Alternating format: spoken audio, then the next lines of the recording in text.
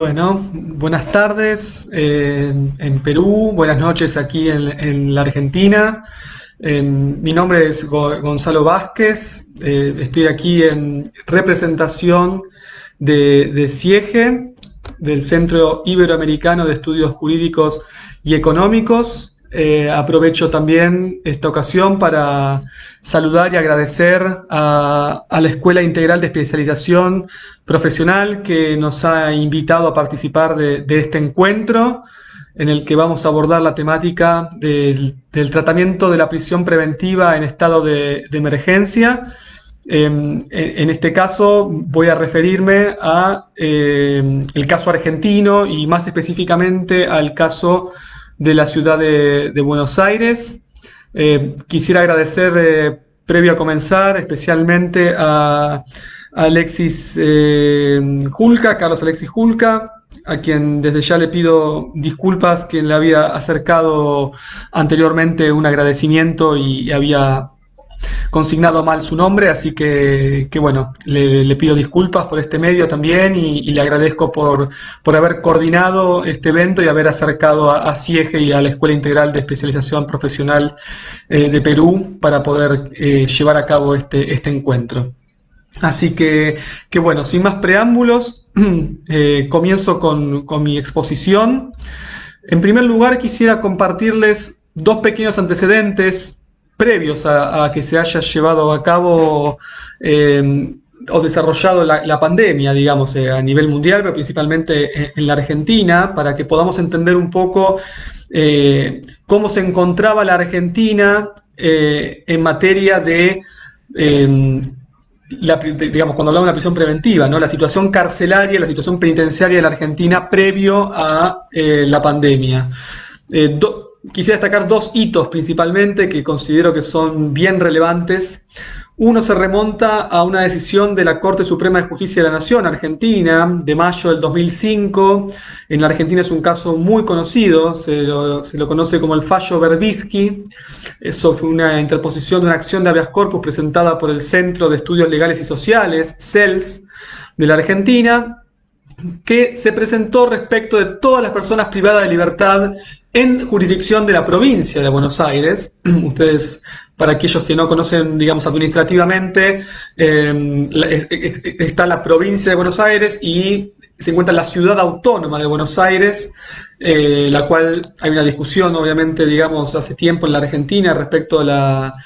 la calidad administrativa que reviste, digamos, la Ciudad Autónoma de Buenos Aires. En mayor medida se la considera siempre, casi hoy en día no hay discusión en cuanto a que tiene el carácter también de una provincia. La Ciudad de Buenos Aires cuenta con su propio poder ejecutivo, con su propio poder legislativo y con su propio poder judicial, por ende, digamos, tranquilamente es considerada como una provincia, pero para que entendamos más o menos que este habeas corpus se presentó, digamos, en lo que tiene que ver con la provincia de Buenos Aires. Lo tomo en consideración puesto que es importante, además, digamos, que es un fallo muy relevante en la materia. Algunas cifras que surgen del análisis de ese fallo, para que tengamos en cuenta. Pese a tener una capacidad, digamos, todas las comisarías que funcionan en la provincia de Buenos Aires, para alojar a 3.178 detenidos, se alojaban a la fecha, digamos, en que se interpuso este recurso, ¿no? Esta acción de habeas corpus, que fue en el 2001, se alojaban 6.364 personas, digamos. Reitero, ¿no? Pese a tener una capacidad de 3.178, se alojaban a 6.364 personas, ¿no? Además se denunciaba la situación de la conservación, un deplorable estado de higiene, carecían digamos, los que serían las cárceles, las prisiones carecían de ventilación, de luz natural, la humedad, entre otros tipos de factores, lo cual llevó, ese es un, digamos, caso que tenía muchas más aristas para poder discutir en esta oportunidad, pero quisiera precisarlo y remitirlo a lo importante, lo que tiene que ver con nuestra exposición, que es la prisión preventiva. Y la Corte Suprema de Justicia de la Nación, previa a audiencias, digamos, que tuvo también la relevancia de este caso, que previo a resolverse tuvo que llamar a distintas autoridades en la materia para consensuar y luego la Corte poder resolver algunos puntos importantes, entre el cual quisiera referirme, que es el sexto punto, digamos, dispositivo de esa decisión, que es exhortar a los poderes ejecutivo y legislativo de la provincia de Buenos Aires a adecuar su legislación procesal penal en materia de prisión preventiva y excarcelación y su legislación de ejecución penal penitenciaria a los estándares constitucionales e internacionales. Eso por un lado, porque tengamos en cuenta ya desde el 2001 que se interpuso esta acción de habeas corpus y el 2005 en que la Corte Suprema de Justicia de la Nación de Argentina se expidió la situación carcelaria, ¿no? Por lo menos en la provincia, y para que tengamos en cuenta la gran cantidad de personas detenidas, digamos, frente al número de plazas que podía, digamos, ocuparse. Hablamos de una superpoblación carcelaria o sobrepoblación carcelaria. Más cercana a la fecha, tenemos en la Argentina también el Ministerio de Justicia y Derechos Humanos de la Nación, mediante la resolución 184 del 2019, declaró la emergencia carcelaria desde el 2019 por 3 años en adelante. Es decir, que aún nos encontramos en un estado de emergencia carcelaria decretado por el Ministerio de Justicia y Derechos Humanos de la Nación. Para que tengamos en cuenta también algunas cifras, esto ya estamos hablando de el 2019, tengamos en cuenta que la capacidad operativa de alojamiento ideal, y esto ya es a nivel nacional, ¿no?, del servicio penitenciario de toda la Argentina, la capacidad operativa de alojamiento ideal a esa última fecha, del 2019, alcanza las 12.235 personas, o sea, plazas, lo cual determina una sobrepoblación superior al 12% de lo que había de personas alojadas en todo el servicio penitenciario federal, es decir, en todas las cárceles del país. Y hay una cifra que es muy importante, ahora sí, digamos, a tener en cuenta, que pese a que en los últimos años se había registrado un descenso en los porcentajes de las personas sin condena alojadas en establecimientos penitenciarios federales, las estadísticas oficiales del Servicio Penitenciario Federal consignan que en ese momento, en 2019, la cifra asciende al 57% de los internos. ¿Qué quiero decir con esto? Que es lo que tuvo en cuenta, digamos, el Ministerio de Justicia de la Nación y Derechos Humanos al momento de declarar la emergencia carcelaria, además de otros factores, es que el 57% de las personas que se encuentran detenidas en la Argentina al 2019, y las cifras a este año se mantienen prácticamente similares, se encuentran en prisión preventiva, es decir, se encuentran detenidas sin una condena firme. Entonces, estos dos hitos que les mencioné anteriormente nos dan una imagen bastante importante de la situación carcelaria que tenemos en Argentina y la incidencia, digamos, que tiene la misma el tema de la prisión preventiva. Reitero, porque considero que es un número significativo. 57% de las personas detenidas en la Argentina en el 2019, cifra que se mantiene en la actualidad, aunque con mínimas variaciones, se encuentran en prisión preventiva. Entonces, en este marco, digamos, de emergencia carcelaria que se había decretado, el Ministerio de Justicia resolvió, además de declarar la emergencia, promover e implementar medidas alternativas a la privación de libertad, especialmente para grupos vulnerables. Así que, en ese contexto es que en la Argentina nos tocó sumergirnos en el abordaje de la prisión preventiva frente a la emergencia sanitaria que supuso y supone en la actualidad el COVID-19. Es decir, a la emergencia carcelaria se le sumó la emergencia sanitaria. Por ende, imagínense, tengamos en cuenta, con las cifras que mencioné anteriormente y las cifras de contagios y todo lo que implica la emergencia sanitaria, que no azota solamente a la Argentina claramente, sino que a todo el mundo, lo que implica y las medidas que tuvieron que tomarse al respecto. Ahora, en este contexto, lo que quisiera destacar es que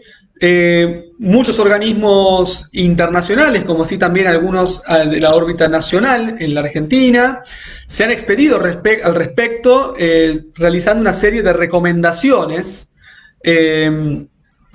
han servido de guía para los tribunales. Yo me voy a referir, como les decía, a las decisiones que emanaron y siguen emanando de la justicia penal, contravencional y de faltas de la ciudad de Buenos Aires, pero que digamos, esto ha resultado aplicable claramente para lo que se conoce en la Argentina como el fuero ordinario, penal, digamos, nacional, y lo que es la justicia federal, ¿no? Penal federal también de la Argentina. Para mencionar algunos ejemplos, simplemente se ha expedido, digamos,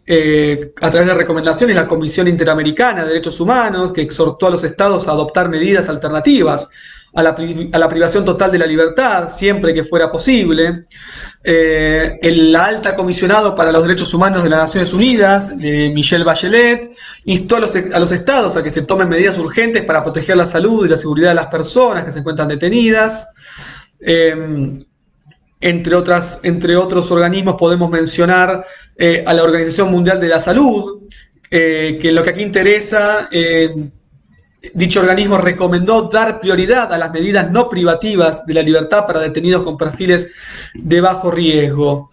En base a esas recomendaciones y otras del nivel nacional, digamos, recomendaciones emanadas del Ministerio de Salud, recomendaciones emanadas del Ministerio de Justicia, entre otros, es que les quisiera mencionar que la Cámara Federal de Casación Penal en la Argentina dictó la acordada 9 del año 2020, en la que postuló una serie de recomendaciones, y yo les voy a destacar algunas que tienen que ver con algunos criterios para enfrentar lo que tiene que ver con las privaciones de la libertad. Yo me voy a referir específicamente a lo que es el tema que estamos abordando, que son las prisiones preventivas. Entre algunas de ellas les menciono recomendar a los tribunales de la jurisdicción que adopten medidas alternativas al encierro, tales como la prisión domiciliaria, como mecanismos de control y monitoreo que estimen corresponder. Respecto de, y aquí nos dan algunos criterios, personas en prisión preventiva por delitos de escasa lesividad o no violentos, o que no representen un riesgo procesal significativo, o cuando la duración de la detención cautelar haya superado ostensiblemente los plazos previstos en la ley 24390, en relación a los hechos imputados y tomando en cuenta las características de cada proceso. Después hace una serie de recomendaciones en cuanto a los grupos de riesgo, personas que se encuentran con enfermedades previas, digamos, inmunodeprimidas, con condiciones crónicas como coronarias, diabetes, enfermedades pulmonares, entre otras, y, digamos, también determinadas personas que se encuentran en un determinado rango etario que podrían ser más fuertemente afectadas por el coronavirus. Ahora bien, esas disposiciones, esas recomendaciones también se dan en el marco, dentro de mi acordada, digamos, meditarlas con extrema prudencia y carácter sumamente restrictivo, digamos, siempre conforme normas constitucionales y convencionales y de derecho interno. Digamos, si bien, ¿esto qué quiere decir? Si bien la recomendación era de, por decirlo en forma muy genérica, evitar en la medida de lo posible el dictado de prisiones preventivas cuando estemos, por ejemplo, frente a delitos de los que podemos considerar no sean delitos graves, de escasa lesividad, por decir uno de los casos, siempre, digamos, en forma restrictiva, pero como una recomendación. Entonces, a partir de esta acordada, obviamente que hay que tener en cuenta que no deja de ser una recomendación, es decir, no resulta vinculante para el resto de las jurisdicciones ni para el resto, digamos, de las instancias inferiores, pero ha servido de gran apoyo. Esto yo se los comento desde la práctica, ha servido de guía muy importante. Yo luego les voy a comentar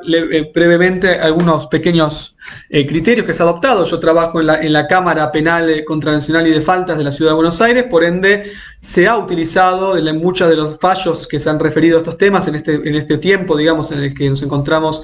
en el marco de esta emergencia sanitaria, muchos de los criterios que han emanado de esa acordada, que tal como les mencioné, tuvo en consideración las recomendaciones emanadas de los organismos internacionales a los que hice alusión y de organismos nacionales. Ahora bien, con ese contexto quisiera pasar a un punto siguiente, que es el planteo de la pandemia y la situación carcelaria en la Argentina, es decir, y específicamente lo que tiene que ver con la prisión preventiva. Ya en este año, en el 2020, el Servicio Penitenciario Federal informó que de 12.579 detenidos, 6.766 son procesados sin condena. Es decir, que se encuentran en prisión preventiva. Tal como les había adelantado, desde el 2019 a la fecha no ha variado mucho el porcentaje que les indiqué. Ahora bien, del total de detenidos, de estos 12.579, 1.279 se encontraban con riesgo de contraer COVID-19 por tener enfermedades previas, ¿no? Por ser un grupo de riesgo. Y de esos 1.279 internos, 268 recibieron algún tipo o se vieron beneficiados con algún tipo, digamos, de medida alternativa a la prisión preventiva. Esos datos fueron vigentes por lo menos hasta abril de este año. No sé si habrán tenido conocimiento, algunas noticias muchas veces superan en los ámbitos locales. En este contexto mismo, también en el mes de abril, y con motivo de la pandemia y la situación que les vengo describiendo, en la Argentina tuvimos varios problemas, digamos, obviamente con los internos dentro de los establecimientos penitenciarios, uno de los cuales fue bastante llamativo, por eso les decía que tal vez hayan tenido algún conocimiento, que dentro de lo que es el centro del complejo penitenciario que se llama Devoto, que es la única cárcel que funciona dentro de la ciudad de Buenos Aires como complejo penitenciario, se llevó a cabo un motín, digamos, muchos de los internos tomaron durante un tiempo las instalaciones en protesta por las condiciones, digamos, que ya les describí anteriormente, ¿no? Estamos todavía dentro de una emergencia carcelaria decretada. Por ende, bueno, frente al avance del coronavirus y la posibilidad de contagio y las condiciones carcelarias en las que se encontraban, hablamos de personas en estados digamos, hacinamiento, que comparten, digamos, la prisión en sí, muchas personas dentro de un espacio muy reducido, es decir, que no se podían respetar la distancia social recomendada por todas las autoridades sanitarias, y entre otros factores claramente que se podrán imaginar y que les he comentado anteriormente. Ese motín motivó, digamos, que tuvieran muchas autoridades penitenciarias, del Ministerio de Justicia, de las autoridades nacionales, de la Ciudad de Buenos Aires, entre otras, hayan tenido que sentarse también a dialogar para encontrar una salida frente a este problema. Sin perjuicio de ello, durante el mes de abril se suscitaron tanto en la Ciudad de Buenos Aires como en el Fuero Nacional, incluso en Federal, la presentación de distintas medidas alternativas para muchos de los internos que reclamaban una agravación en sus condiciones, digamos, de detención, lo cual también motivaba en muchas ocasiones las solicitudes de habeas corpus para que cesaran entonces estas digamos, dificultades sobrevinientes a las detenciones de estas personas. Eso como un contexto para que se tome dimensión, digamos, de los efectos que generó, por lo menos en materia de la privación de la libertad, y específicamente en materia de prisión preventiva, con las cifras que les vengo comentando, el COVID en la Argentina. Otro tema que no es menor también, y esto sí, en la ciudad de Buenos Aires, pero digamos, de esto digo sí, porque si bien el complejo penitenciario de Devoto se encuentra en la ciudad de Buenos Aires, pertenece al Servicio Penitenciario Federal. Hay un problema que es más particular y específico de la ciudad de Buenos Aires, que es el tema de las alcaidías que se encuentran en la ciudad de Buenos Aires, es decir, lo que serían las cárceles de las comisarías, donde hay muchas personas que se encuentran detenidas esperando a ser trasladadas a algún complejo penitenciario. Muchas de estas personas claramente forman parte de la cifra mencionada, el porcentaje mencionado anteriormente, respecto a que son personas que se encuentran en prisión preventiva. Si la mayor cantidad de estas personas se encuentran sin una condena firme a la espera de ser trasladados. Ahora bien, tal como les dije, durante todo este tiempo, digamos, y en este contexto, se presentaron una enorme cantidad, las defensas de los internos, las personas que se encontraban detenidas, aclaro, tanto en prisión preventiva como condenados, pero nos vamos a quedar nosotros con el análisis, ya para ir cerrando, de lo que es la prisión preventiva. Hubo enormes planteos, como nunca antes hubo, por lo menos en la ciudad de Buenos Aires, solicitando excarcelaciones o, digamos, subsidiariamente, la morigeración de la prisión preventiva, solicitando medidas menos gravosas, como por ejemplo el arresto domiciliario, que se establezcan provisiones de contacto, digamos, el control a través de algún tipo de dispositivo electrónico de geolocalización o geoposicionamiento para poder llevar a cabo el control, en todo caso, de la medida impuesta. Y, como les adelanté también, en defecto y siendo una vía de excepción, se presentaban habeas corpus. Ahora bien, el tratamiento de la prisión preventiva debe, no, digamos, en este sentido, luego tal vez lo veremos con mi colega de Perú, que explicará tal vez algunas, digamos, cuestiones específicas del abordaje normativo de la prisión preventiva en Perú. Tal vez no, pero si no, digamos, yo les quiero comentar que en la Argentina, con algunas variaciones en la redacción, tanto lo que es el Código de Procedimiento de la Ciudad de Buenos Aires, como es el Código de Procedimiento nacional y el Código de Procedimiento federal. Tenemos 3 códigos de procedimientos. Eso puede ser motivo de alguna charla, digamos, en otra oportunidad, para poder explicar cómo llegamos a ese punto y por qué. Lo que sí, como les decía, variando en algún tipo de redacción y obviamente en los números de los artículos, la prisión preventiva, digamos, se concibe como una medida excepcional, digamos, que restringe claramente la libertad ambulatoria de un imputado o una imputada y que solo se puede dictar en caso de peligro de fuga o entorpecimiento del proceso, pero siempre con carácter restrictivo y carácter excepcional. Les voy a evitar, obviamente, lo que en la Argentina, que por eso entiendo que tal vez sea similar en Perú, de cuándo podemos considerar que se da el caso de peligro de fuga y cuándo entorpecimiento de proceso. Para hacerle muy sucintamente, el peligro de fuga lo podemos fundar, por ejemplo, por la falta de arraigo de la persona, por lo que podría ser la pena en expectativa que podría esperar el imputado o la imputada, digamos, al finalizar el proceso en la audiencia de juicio, el comportamiento del imputado o la imputada en este proceso o en otros anteriores, entre otras circunstancias, por ejemplo, que permitan fundar el dictado, quebrar la excepcionalidad que implica esta medida y proceder entonces al dictado de una prisión preventiva. Sin perjuicio de ello, también existen, como les mencionaba, y esto se encontraba claramente previo a todas las recomendaciones, pero dentro de aquellas recomendaciones de evitar en la medida de lo posible aplicar una medida como la prisión preventiva para evitar la sobrepoblación carcelaria y además justamente en un contexto de emergencia sanitaria, el Código de Procedimiento Procesal Penal de la Ciudad Autónoma de Buenos Aires prevé una serie de medidas alternativas, como por ejemplo la obligación de someterse al cuidado o vigilancia de una persona o una institución determinada, la obligación de presentarse ante el tribunal o ante una autoridad que lo designe, la prohibición de salir de un ámbito territorial determinado,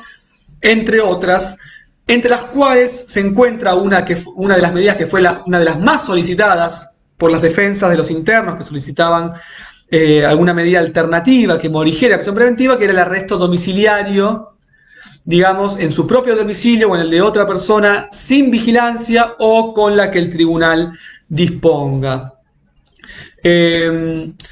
Esto, digamos, ha motivado, tal como decía, una serie muy grande, digamos, de pedidos de este tipo, y que, como les decía anteriormente, siempre también venía acompañado, como pedido principal en muchos casos, en otros no, dependiendo de la estrategia de la defensa, el pedido de excarcelación. Y acá hay algo interesante, podemos preguntar ya si, llegando al momento de las decisiones adoptadas por algunos de los tribunales, en nuestro Código de Procedimiento Penal de la Ciudad se considera que la excarcelación se concede, y uno de los supuestos para poder considerar o analizar la procedencia de la excarcelación es cuando hubieran cesado los motivos que justificaron la prisión preventiva.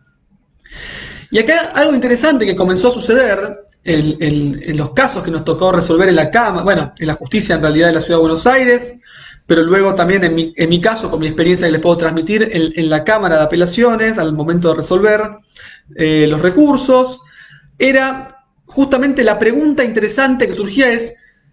si la pandemia, ¿no? si la presencia de esta emergencia sanitaria implica un nuevo escenario a considerar como modificación de las circunstancias que motivaron el dictado de la prisión preventiva. Si bien la norma que yo le cité, le mencioné anteriormente, habla de que los motivos que justificaron la prisión preventiva hubieran cesado, hay una interpretación también que permite concebir la posibilidad de plantear una revisión de la prisión preventiva, tal como recomendaciones que emanan de la Corte Interamericana de Derechos Humanos y de nuestra propia Corte Suprema de Justicia de la Nación en cuanto a una revisión periódica de las prisiones preventivas, justamente vinculadas con todos los fines que mencionamos, no específicamente por la pandemia, sino por la emergencia carcelaria que se tenía y por la tutela y el respeto de los derechos humanos de las personas detenidas, digamos, en prisión preventiva o con una condena firme. La revisión periódica claramente tiene que ver con la prisión preventiva, porque como bien sabrán, digamos, el hecho de estar en prisión preventiva en ningún modo implica, digamos, la asunción de la culpabilidad por parte del imputado, y el cual conserva todavía la presunción de inocencia hasta el tanto no se dicte la sentencia que pueda quebrar, digamos, tal presunción y efectivamente proceder a su calidad de condenado si así fuera.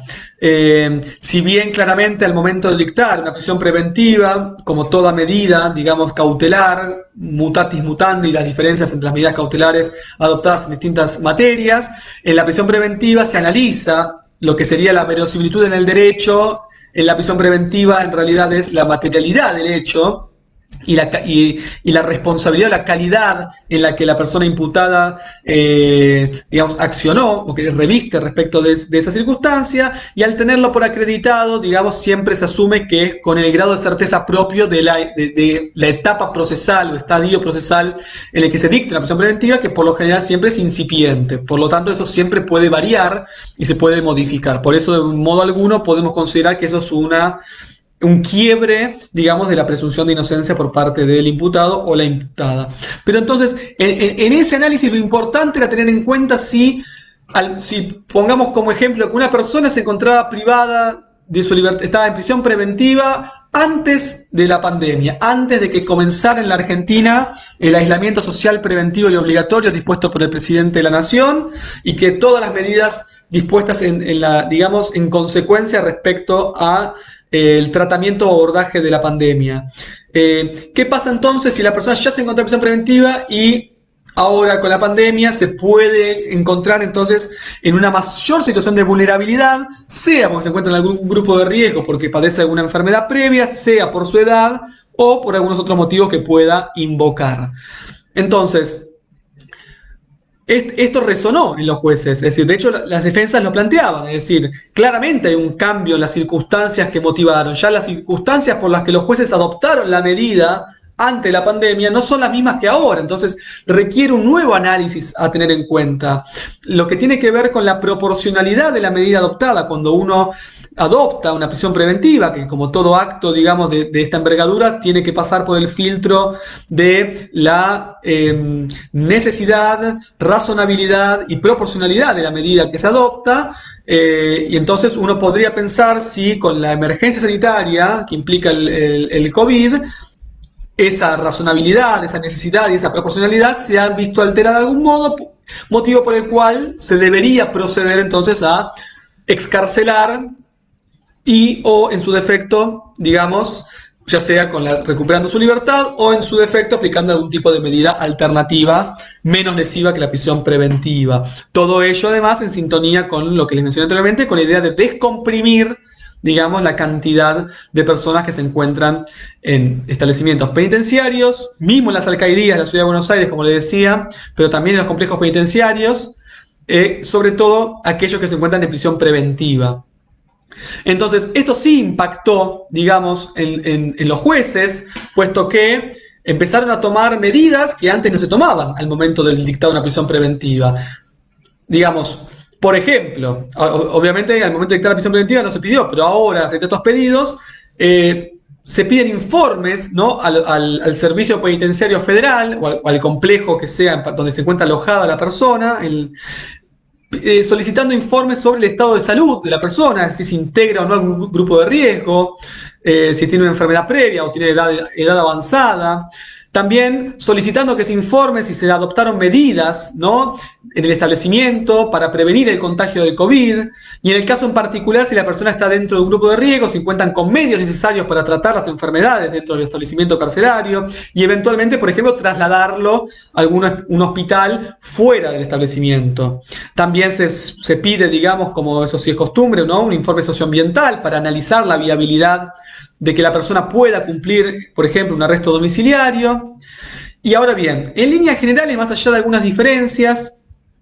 el criterio se mantuvo en la Ciudad de Buenos Aires bastante restrictivo en cuanto a conceder excarcelaciones u otorgar algún tipo de medida alternativa, digamos, frente a los casos, digamos, de imputados o imputadas que se encontraran en prisión preventiva. Y algunos de los criterios fueron los siguientes, ¿no? Que en la medida que el establecimiento carcelario garantice todo, digamos,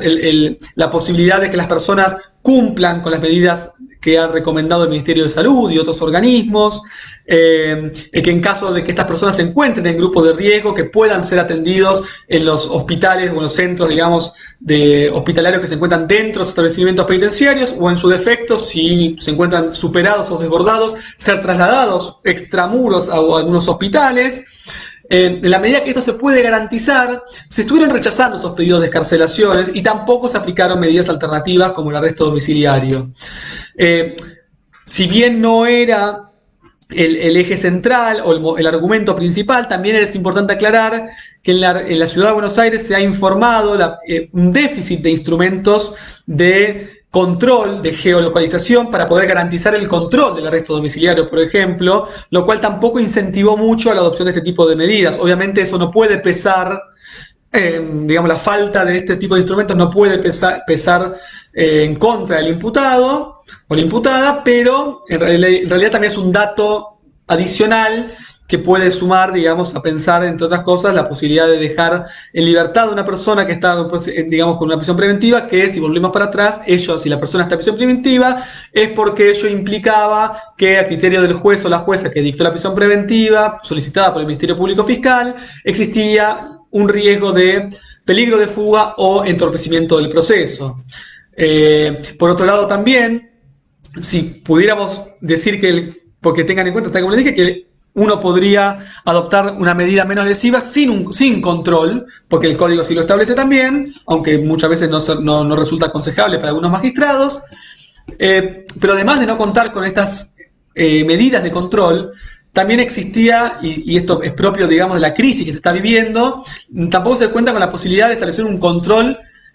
digamos, por parte del personal policial. Digamos, en este contexto no es conveniente tampoco que las fuerzas de seguridad estén dedicadas al control y asistencia, digamos, de las personas que se encuentran cumpliendo arresto domiciliario, porque se encuentran, digamos, las fuerzas policiales, las fuerzas de seguridad dedicadas al control y asistencia de todas las medidas, digamos, que son relativas al aislamiento social preventivo y obligatorio dispuesto por el presidente. Así que, en líneas generales, luego les quería, quizá como para cerrar, tener en cuenta que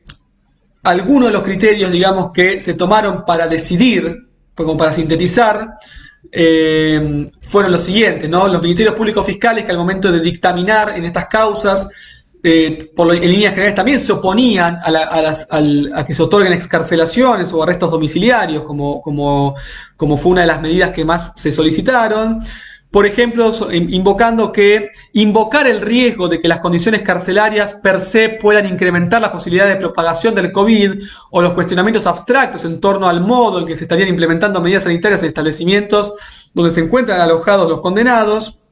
no resultan suficientes para habilitar la excepción pretendida, ¿no? Lo que iba pasando como uno de los criterios es decir que no se puede invocar genéricamente que estamos ante una emergencia sanitaria, sino que cada caso en concreto se tiene que poder analizar. Entonces, algunos de los criterios fueron, ¿no?, la gravedad del delito por el que se encuentra en prisión preventiva la persona, desde cuándo se encuentra en prisión preventiva, si se encuentra o no dentro de algún grupo de riesgo, las condiciones de establecimiento carcelario para afrontar un eventual contagio. Digamos, con esto lo que quiero mostrar es que en la Argentina, y específicamente en la ciudad de Buenos Aires, pero se ha repetido similarmente, entiendo, en otras provincias,